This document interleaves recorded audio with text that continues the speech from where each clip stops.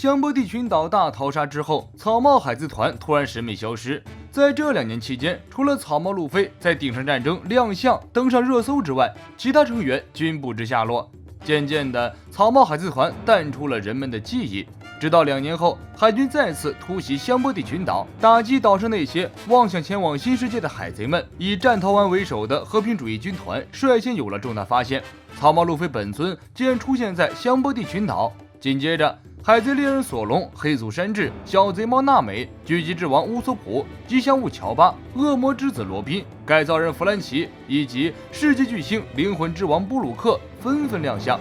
不到1天的时间，草帽海贼团复活的消息便冲上热搜，互联网的记忆被唤醒。2年前差点被团灭的草帽团终于王者归来。东海风车村，村民们得知路飞安然无恙，举杯欢庆，宛如欢庆盛大的节日。村长看着报纸上的报道，却气不打一处。他是最反对路飞去做海贼的。村子里出来一个穷凶极恶的通缉犯，有什么好高兴的？对了，马奇诺，不要再和红发那小子有来往了。你们有孩子的事情，网友们都知道了。风车村附近的垃圾山，山贼达旦一家抱着报纸看个不停。自从艾斯出事之后，他们非常担心路飞的安危。达旦把路飞的照片从报纸上剪下来，贴在画册上。艾斯和路飞离开后，达旦只能通过这样的方式来搜集兄弟2人的照片，想他们的时候就拿出来看一看。东海希尔兹镇海军基地，海军们拿着当天最新的报纸欢聚一堂。为什么今天这么高兴？谁都不明说，但是彼此都心照不宣。当年就是路飞和索隆把海军和平民们从俯首蒙卡的暴政下解救出来的。虽然他们2人的身份是海贼，但是镇上的海军们都知道，没人比他们还配得上英雄这个标签了。当年那个给索隆送饭团的小女孩，如今已经成了海军基地里的一名实习服务生了。索隆的家乡西摩治基村，索隆的师傅双月耕四郎看到报纸上索隆的英姿，满意的笑了。他将报纸放在古伊娜的墓前，告诉古伊娜，索隆做到了，他成为了名声响彻世界的大剑豪。东海忠犬八公羞羞依然守在主人留下的那间宠物店前，被巴基破坏的宠物店早就被修好了，门前还立着羞羞的雕像。村长告诉羞羞，草帽路飞回来了。羞羞不会哭，不会笑，不会说话，但是他什么都知道。真树岛，箱子哥竟然找到了女朋友，身体同样卡进木桶里的女孩木桶妹妹，也算是结局圆满。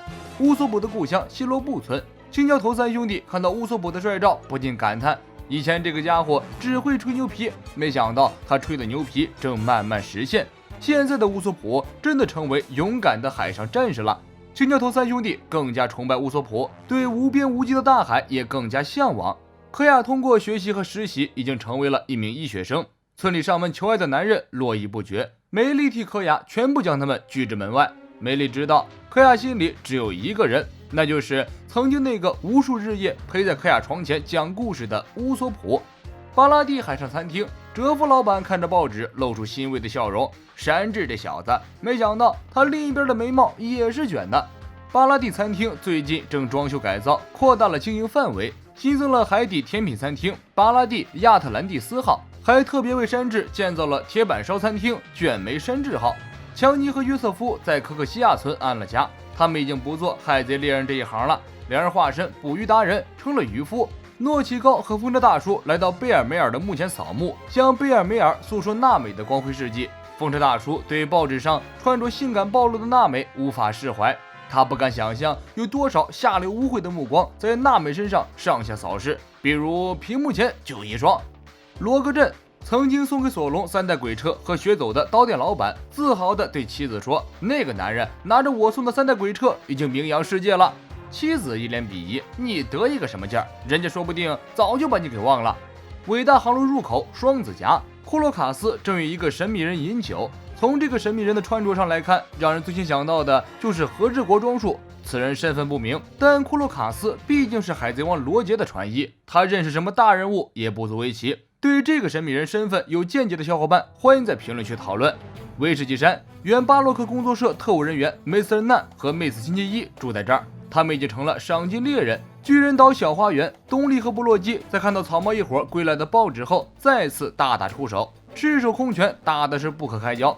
借前面的扉页故事，瓦尔波把玩具公司搞上市后，成了财阀的会长。他积极投身政界，终于得到了世界贵族的认可，成立了黑暗瓷谷王国，自己再次回归，当上了国王。而樱花王国在多尔顿的带领下平静祥和，国泰民安。朵莉尔姨娘凭借自己的高超医术，成了慈谷岛中心医疗中心的主治医师，所有的医生都以她马首是瞻。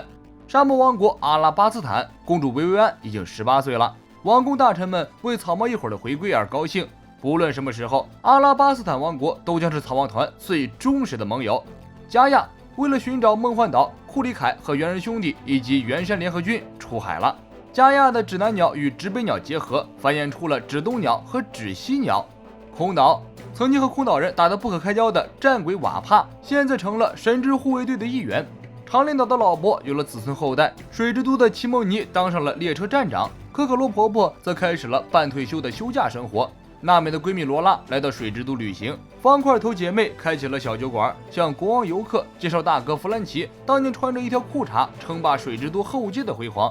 水之都市长冰山找了一个新秘书，外表酷似达斯奇，年仅10岁已经能帮助冰山处理各种事务。而在卡雷拉公司那些优秀船工们的努力下，第2辆海上列车终于完工了。弗兰奇家族的队长赞拜带着小弟们成功洗白，不再做混混，而是发挥自己的特长，承接船只购买、修理、解体一系列工作，生意逐渐走上正轨。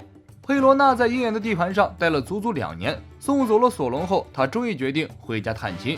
佩罗娜回到恐怖的3鬼帆船，在这里，他找到了分开2年的库马西。香波地群岛人口贩卖店店主迪斯科，因为2年前被路飞等人大闹一番，生意搅黄了，明哥也不带他玩了。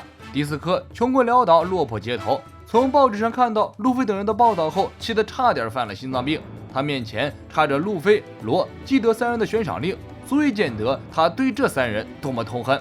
推进城经过上次的越狱事件后，人事上发生很大变动。汉尼拔终于美梦成真，当上了监狱长之位，麦哲伦降级成了副监狱长。即便这样，麦哲伦依然是推进城不可替代的战斗力，推进城最强男人的地位无人可以撼动。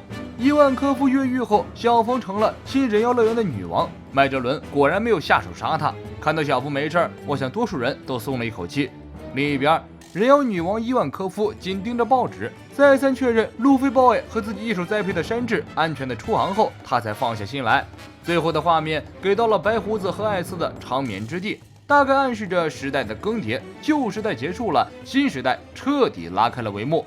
本期扉页故事的信息量非常大，那些与草帽团有关系的人物基本上都露了面，逐渐与主线故事产生衔接。下一期扉页故事又将会有什么样的内容？我们下回再见吧。